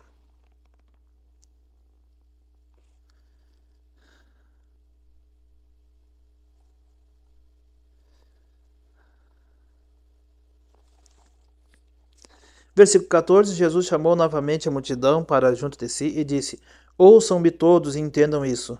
Não há nada fora do homem que nele entrando possa torná-lo impuro. Ao contrário, o que sai do homem é o que torna impuro. Se alguém tem ouvidos para ouvir, ouça. Depois de deixar a multidão entrar em casa, os discípulos lhe pediram explicação da parábola. Será que vocês também não conseguem entender? Perguntou-lhes Jesus. Não percebem que nada que entre no homem pode torná-lo impuro? Porque não entra em seu coração, mas em seu estômago, sendo depois eliminado. Ao dizer isso, Jesus declarou puro todos os alimentos. Ele continuou: o que sai do homem é o que o torna impuro, pois do interior do coração dos homens vêm maus pensamentos, as imoralidades sexuais, os roubos, os homicídios, os adultérios, as cobiças, as maldades, os enganos, a devassidão, a inveja, a calúnia, a arrogância, a insensatez. Todos esses males vêm de dentro e tornam o homem impuro. E aqui Jesus está dizendo assim, ó, o que deixa o homem impuro, o que desagrada o coração de Deus dentro, na humanidade, no homem, não é o comer. Até em Timóteo, 1 Timóteo 4, no mesmo versículo, ele diz que tudo que Deus fez é bom, recebido com ações de graça, nada é recusável. O alimento, ele é puro, o alimento é saudável para nós nutrir o nosso organismo. O que deixa a humanidade, o que deixa o homem impuro é as suas palavras. Cuide muito do que você fala, cuide as suas palavras, cuide do que você diz, porque através das suas palavras você pode trazer bênção, trazer maldição para a sua vida. Através das suas palavras você pode aproximar o Espírito Santo, a presença de Deus para a sua vida, tornar você abençoado, e no mesmo instante, através das suas palavras, você pode também trazer maldição para a sua vida e afastar a presença de Deus de você, da sua casa.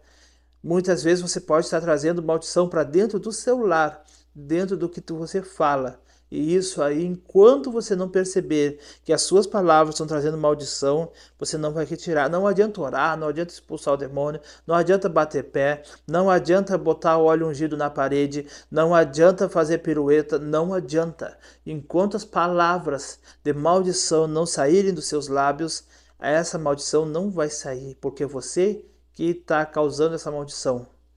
É você que está causando essa maldição através das suas palavras. Purifique os seus lábios, tudo que você diga. Cuide do que você diz para que você possa ser usado por Deus.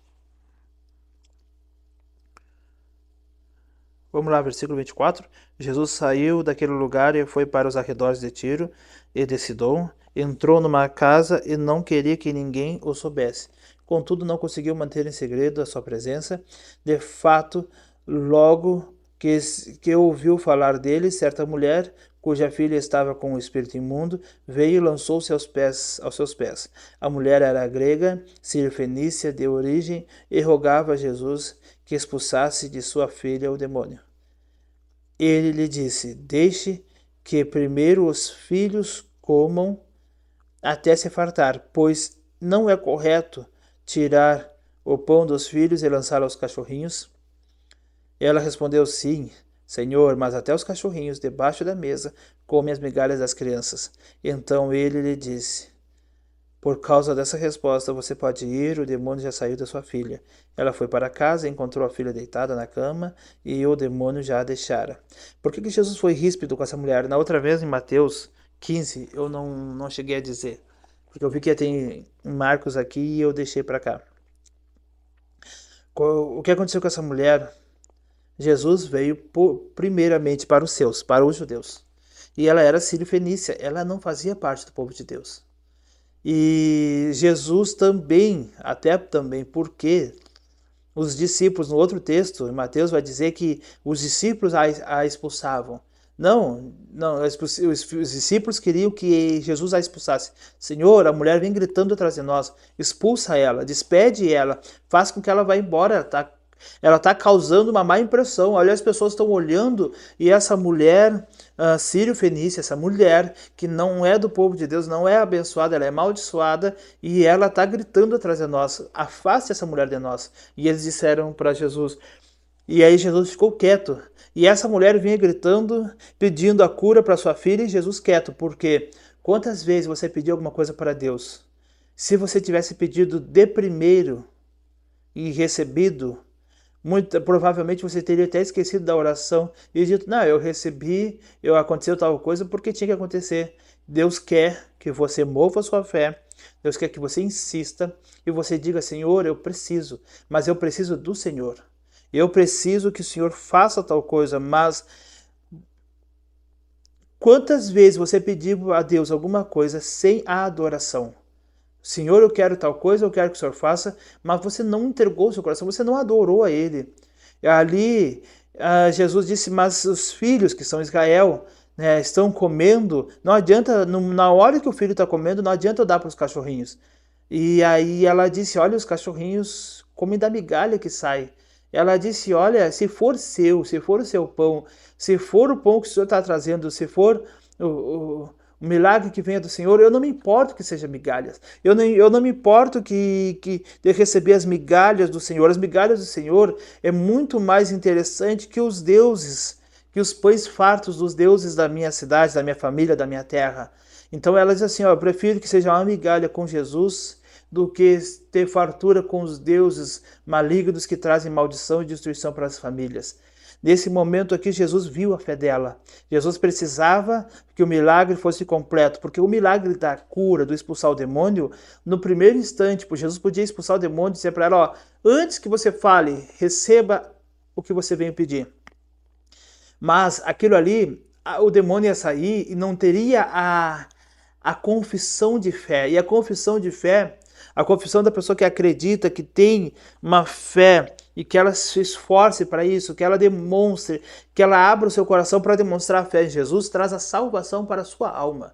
Então, muitas vezes, Jesus espera que você insista. E você acha, que está demorando para chegar, eu não vou insistir, e você perde a sua bênção.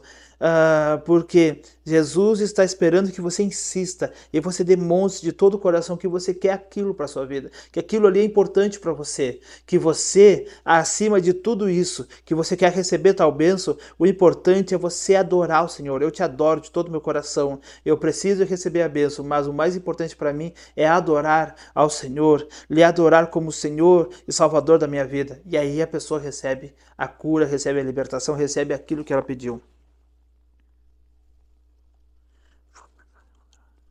Vamos lá, versículo 31. A seguir, Jesus saiu dos arredores de Tiro e atravessou Sidom até o mar da Galileia e a região de Decápolis. Ali algumas pessoas lhe trouxeram um homem que era surdo e mal podia falar, suplicando que lhe impusesse as mãos. Depois de levá-lo à parte, longe da multidão, Jesus colocou os dedos nos ouvidos dele e em seguida cuspiu e tocou na língua do homem. Então voltou os olhos para o céu e com um profundo suspiro disse, Efatá, significa abra-se. Com isso, os ouvidos do homem se abriram, sua língua ficou livre e ele começou a falar corretamente. Jesus ordenou-lhes que não contasse a ninguém. Contudo, quanto mais eles proibia, mais eles falavam. O povo ficava simplesmente maravilhado e dizia, ele faz tudo muito bem, faz até o surdo ouvir e o mudo falar. Então aqui como se fosse uma cantoria, sabe? Ele faz tudo muito bem, até o surdo ouvir e o mudo falar. Jesus, ele tem a estratégia dele. Jesus, ele aqui no fato, ele usou o dedo para abençoar o homem. E o mais importante de tudo, as pessoas levaram, algumas pessoas lhe trouxeram um homem que era surdo e mal podia falar.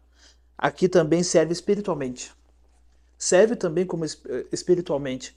Aquelas pessoas que já estão espiritualmente, estão surdas, elas não conseguem de jeito nenhum ouvir Deus. Elas não ouvem Deus de jeito nenhum. Os seus ouvidos estão surdos para a voz de Deus. E elas não conseguem ver Deus de forma nenhuma. Ela não consegue ver, ela não consegue falar, ela não consegue falar com Deus. Ela não consegue falar com Deus, ela não consegue ouvir a voz de Deus, ela não consegue ver um palmo. Aquele, claro, essa pessoa que não era, esse homem ele era somente surdo e não falava direito. Mas assim, ó, serve para todas as ocasiões. Uma pessoa espiritualmente, pessoa que está morta espiritualmente, que não tem Jesus, espiritualmente ela está surda, ela não consegue ouvir a voz de Deus, ela está muda, ela não consegue falar com Deus, porque o espírito dela está morto, ela está cega para a presença de Deus, ela pode ver as curas, pode ver os milagres, pode ver a mudança na vida das pessoas, mas enquanto o Espírito Santo não atuar na vida dela, ela está cega. Ela está cega, ela não tem vida espiritual, o espírito dela está mudo, está surdo, está cego. O Espírito Santo vem através do poder de Deus, através da presença de Deus. O Espírito Santo vem com a sua unção, o Espírito Santo vem e opera, porque enquanto essa pessoa estiver morta espiritualmente, Jesus não pode chegar. É o Espírito Santo que atua primeiramente e vem e traz vida, e vem e traz cura, e vem e traz libertação, opera o seu milagre, aí a pessoa fica liberto, Jesus entra no coração dessa pessoa, Jesus transforma a vida dessa pessoa, assim com esse homem aqui, Jesus vai e toca em seus ouvidos espirituais, toca em seus ouvidos, querendo dizer o quê? Você não podia ouvir a minha voz, agora você ouve a minha voz. Jesus vai e toca na sua língua, você não poderia falar direito. Gago, ele gagueja, repete, sem querer, ele não consegue falar direito porque se tranca, os seus lábios trancam. E uma pessoa espiritualmente morta, ou ela não fala com Deus, ou quando ela fala de uma forma tão difícil que ela espiritualmente ela gagueja em Deus, porque ela não consegue ela falar com Deus, expressar em Deus. Tinha uma vez um rapaz que chegou lá e escutando louvor, no lanche, nosso trabalho, ele chegou lá e nós estávamos escutando louvor lá, e eu falei, tá escutando uma música, não sei o que era, agora não faz tempo já. E aí ele estava bêbado, só que ele tinha um louvor da Cassiane, 500 graus de puro fogo e poder, uma coisa assim. E ele botou aquele louvor, e ele começou a sentir a presença de Deus. Aquele homem chorava. Se um dia estiver me ouvindo aí, assistindo, o homem chorava, só que quando ele queria dar glória a Deus, ele não tinha expressão. A única expressão que saía da boca dele era, sabe, pu. Aquela que tem 3 palavras, pu. Aquela expressão do mundo, que eu não vou dizer. E ele só saía aquilo. E aí ele ficava com vergonha. E aí ele ficava emocionado e ele dizia aquela expressão, e falou acho que umas 20 vezes. E só que ele escutando aquele louvor, o coração dele fervia para Deus e ele não conseguia expressar. E quando ele ia expressar a adoração a Deus, ele falava palavrão. Era o que estava lá no coração dele, mas naquele momento era uma adoração verdadeira. O homem chorando a presença de Deus, ali bêbado, e o Espírito Santo tocando, e nós ali vendendo lanche para ele. E a gente viu aquele homem com o coração sincero, nunca mais ele apareceu lá, mas várias vezes, já que eu me lembrei, eu orei por ele. Eu creio que ele pode já ter se convertido, mas ele vai ir para Jesus. Mas o mais importante é, espiritualmente, ele conseguia falar com Deus. Ele conseguia até se expressar, mas de uma forma como um gago, que você tenta entender o que ele está dizendo, mas ele não consegue. Ele não consegue se expressar da forma que ele deveria se expressar. E esse homem também queria se expressar em Deus, para Deus, mas ele não conseguia de uma forma natural. Ele travava e falava aqueles palavrão. Entendeu?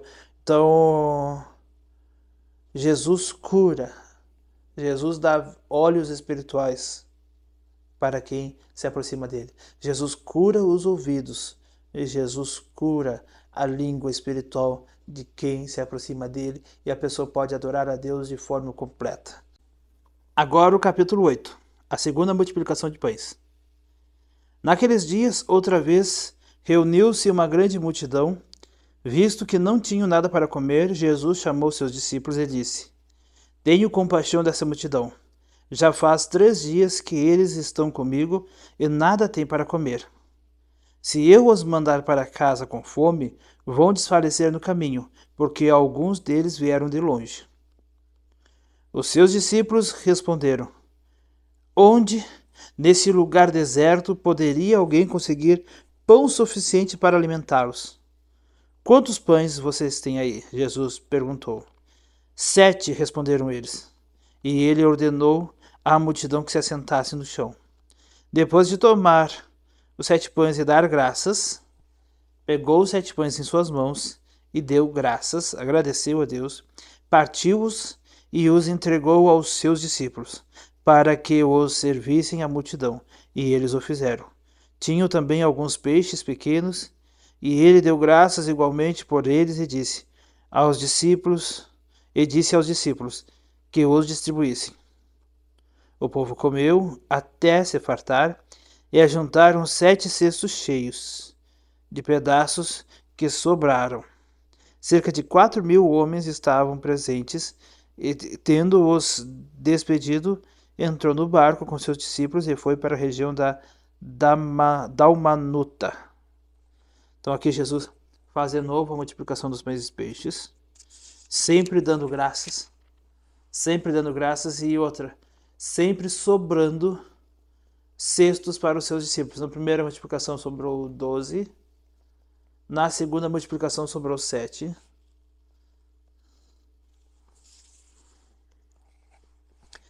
Agora nós vamos para... Aqui, ó. Os fariseus pedem um sinal. Os fariseus vieram e começaram a interrogar Jesus para pô-lo à prova. Pediram um sinal no céu. E ele suspirou profundamente e disse: Por que esta geração pede um sinal milagroso? Eu lhes afirmo que nenhum sinal lhes será dado. Então se afastou deles e voltou para o barco e foi para o outro lado. O fermento dos fariseus e o de Herodes. Os discípulos haviam se esquecido de levar pão, a não ser um pão que tinha consigo no barco. Advertiu-os Jesus: Estejam atentos e tenham cuidado com o fermento dos fariseus e com o fermento de Herodes. Eles discutiam entre si, dizendo: É porque não temos pão? Percebendo a discussão, Jesus lhe perguntou: Por que vocês estão discutindo sobre não terem pão? Ainda não compreendem, nem percebem? O coração de vocês está endurecido? Vocês têm olhos e não veem, têm ouvidos, mas não ouvem. Não se lembram quando eu parti os 5 pães para 5.000 homens? Quantos cestos de pedaços vocês recolheram? 12, responderam eles. E quando parti 7 pães para os 4.000, quantos cestos cheios de pedaços vocês recolheram? 7, responderam eles. E ele disse: Vocês ainda não entendem. Então, quem leu Mateus, isso aqui vai ser interessante quando nós lemos aqui. Eu já estou ansioso para a leitura da Bíblia cronológica. Eu já estou bem ansioso para a leitura da Bíblia cronológica. Vai ser muito importante.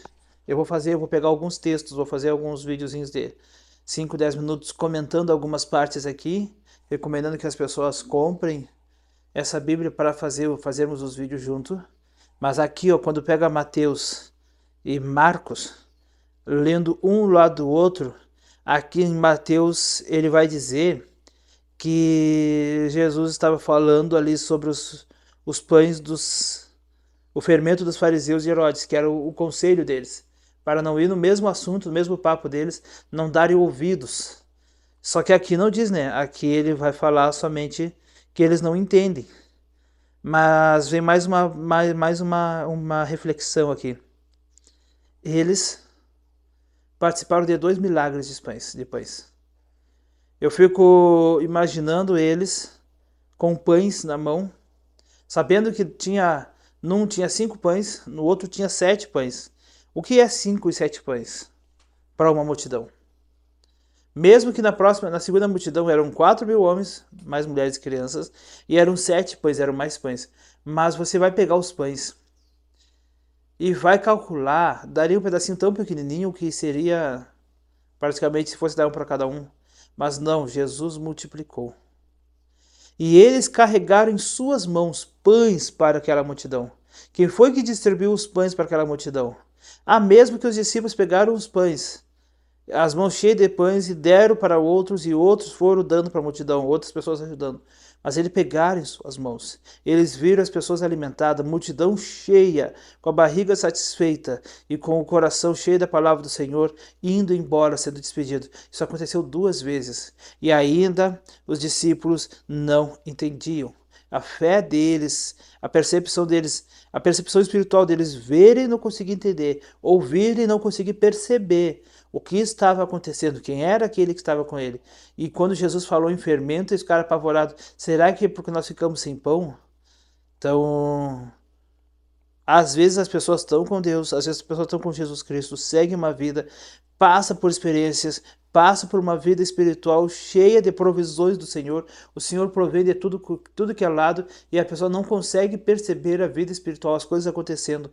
Primeira oportunidade que faltou algo, em que alguém disse: mas não tem tal coisa, a pessoa já desespera. Confia no Senhor e Ele vai cumprir. Confia no Senhor e Ele vai prover em todas as suas necessidades. A cura de um cego em Betsaida.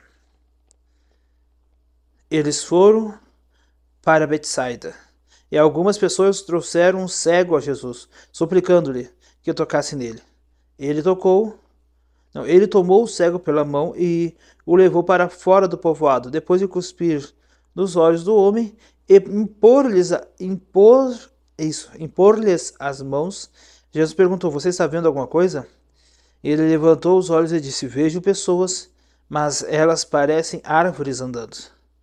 Mais uma vez, Jesus colocou as mãos sobre os olhos do homem, então seus olhos foram abertos e sua vista lhe foi restaurada, e ele via tudo claramente. Jesus mandou para casa dizendo: Não entre no povoado.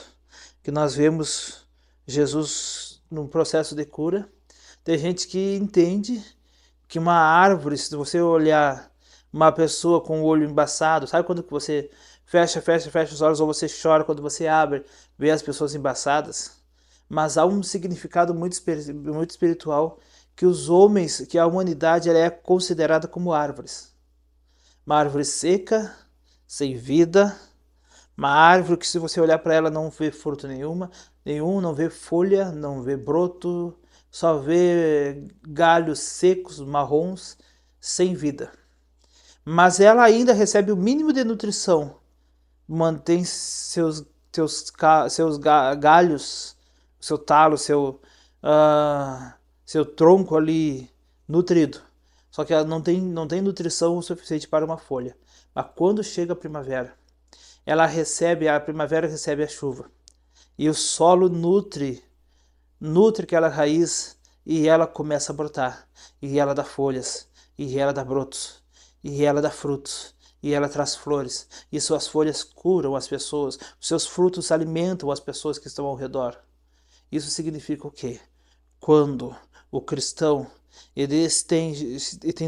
vem a primavera do Espírito Santo, que traz com ele a seiva, que alimenta a alma, alimenta o espírito, a pessoa cria folhas espirituais, a pessoa cria brotos, flores, frutos que têm semente, que venham semear no coração de outras pessoas, frutos que venham alimentar, folhas que venham ser remédio espiritual para a vida das pessoas. Então Deus nos compara com árvores.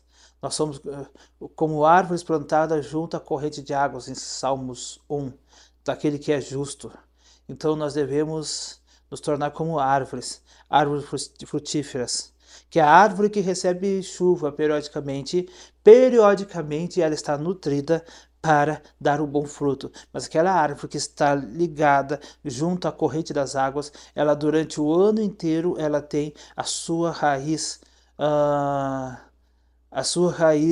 suprida de suas necessidades. Ela tem o seu tronco fortalecido, suas folhas nunca param de ter galhos, seus galhos nunca param de ter folhas, tem frutos, tem flores, tem brotos. Se você chegar no meio do campo e olhar um corredor de árvores, olha, tudo seco, em pleno inverno, você olhar um corredor de árvores floridos e o resto tudo seco, pode ter certeza, vai lá que no meio daquelas árvores há a água correndo, porque onde a água correndo, as flores, as árvores nunca param de dar suas folhas, nunca deixam de ser floridas, né, de haver a folhagem. Por quê? Tempo inteiro elas estão sendo nutridas por água. É assim o cristão, junto na presença de Deus, ele está o tempo inteiro sendo nutrido pelo Espírito Santo.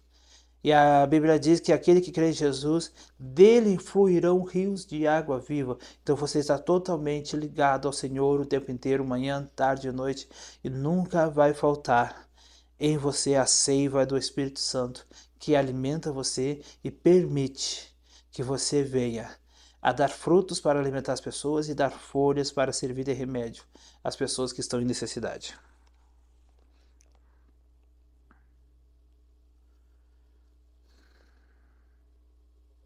Mais uma vez, Jesus colocou a mão sobre os olhos do homem, então seus olhos foram abertos e a sua vista lhe foi restaurada, e ele via tudo claramente. Jesus mandou para casa dizendo: Não entre no povoado. Versículo 27, Jesus e os seus discípulos dirigiram-se aos povoados nas proximidades de Cesareia e de Filipe.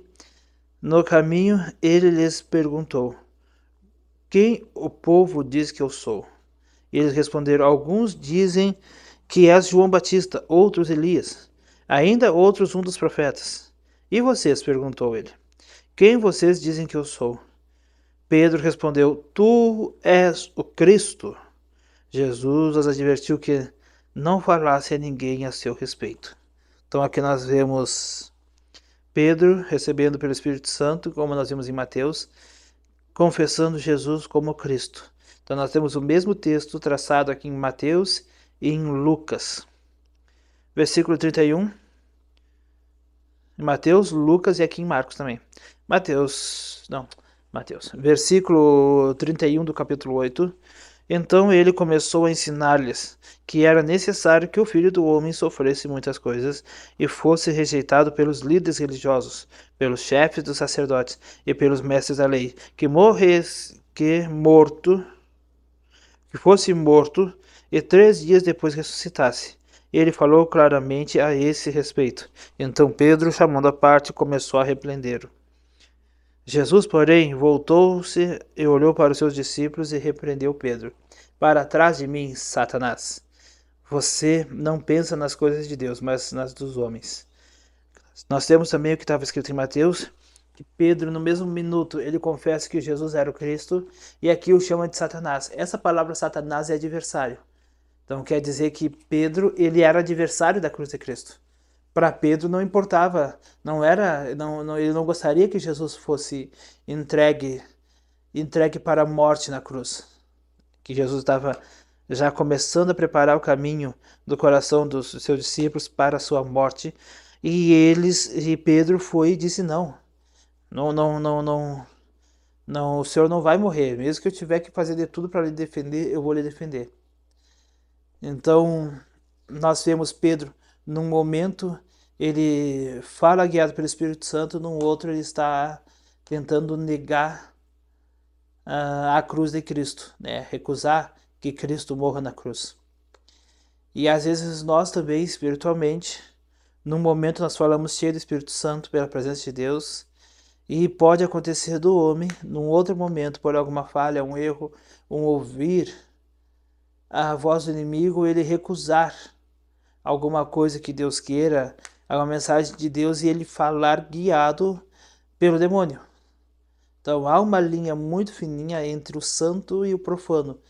E a Bíblia diz que quem está em pé, cuide para que não caia. Porque quem está em pé, o perigo dele é ele se descuidar da fé dele. Ah, mas está tudo ok, para mim está tudo bom, para mim não acontece nada. Quando vê ele é o próximo que cai, e ele mesmo fica espantado. Por que isso aconteceu? Porque ele deixou de vigiar.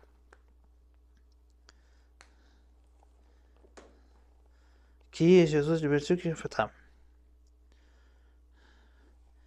Repreendeu, mas ele chamou a multidão e os discípulos e disse: se alguém quiser acompanhar-me, negue a si mesmo, tome a sua cruz e siga-me. Aqui também agora que eu ia falar, que eu tinha me esquecido, é que os discípulos também dá para imaginar a dificuldade. Se fosse você, chamado por Cristo, andado 3 anos e meio com Jesus para cima e para baixo, atravessando a Judéia, atravessando a Galiléia, passando por Samaria, visto Jesus fazer tantas coisas, muito mais do que está escrito aqui, porque durante 3 anos e meio Jesus teve seu ministério super ativo, mas muito do que ele fez não foi contado aqui. E aí Jesus, ele tem aquela vida ativa, aquela situação ali, e você que está andando com Cristo, você não quer que Cristo seja afastado de ti.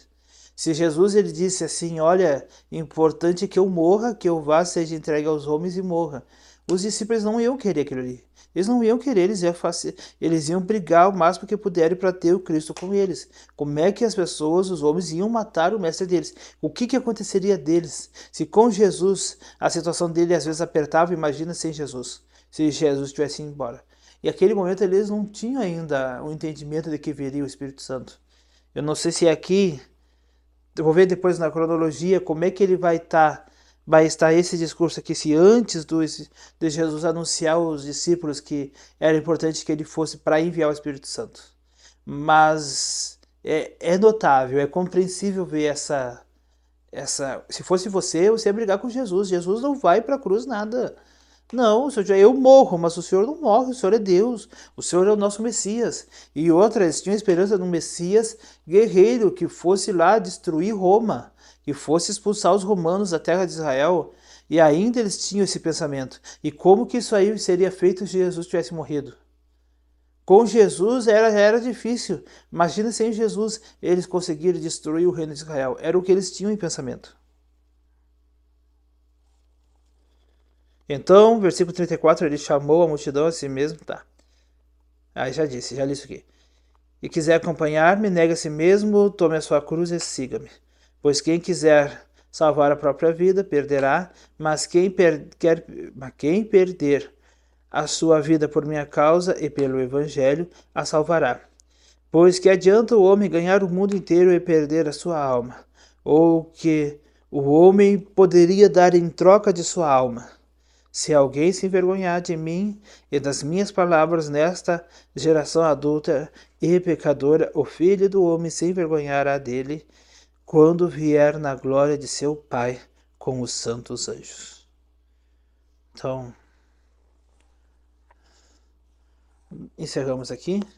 E para terminar esse texto, se você se envergonhar do Evangelho, se você se envergonhar de Jesus, se você nega perante as pessoas ou tem vergonha de que as pessoas saibam que você é evangélico, se prepare, pode ser. Vai indo assim, vai. Vai tendo vergonha do Evangelho, vai tendo vergonha de Jesus, da palavra de Deus.